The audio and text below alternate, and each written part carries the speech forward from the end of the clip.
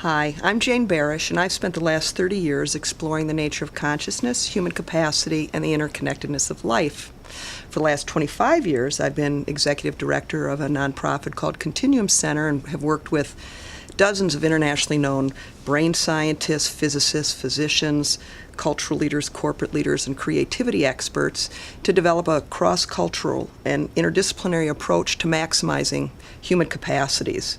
I'm thrilled to be part of Deep Dish, Food for Thought, exploring these ideas of human capacity and opening up to us this new universe of possibility. My name's Tanae Wells, and I am a social entrepreneur.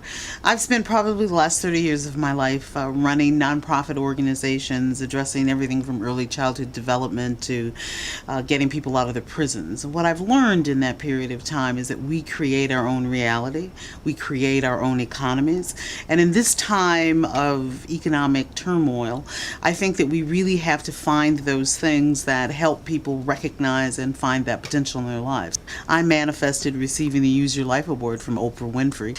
And we're here with our guest, Dr. Alan Botkin, who spent much of his professional life as a VA hospital psychologist working with veterans coming back with post-traumatic stress disorder.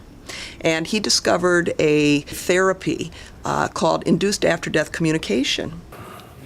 Induced after-death communication, or IADC, is a procedure that I discovered pretty much by accident about 15 years ago.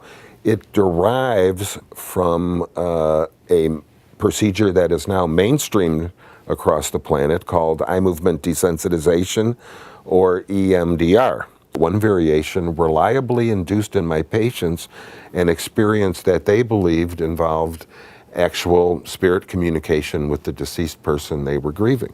When I brought up my procedure to them, they looked at me like I was crazy, and they said, Doc, that's not going to work with me. I don't believe in that crap. What was the first time that you thought, they're mind to something different? And Sam became very close to a little 10-year-old Vietnamese girl named Lee.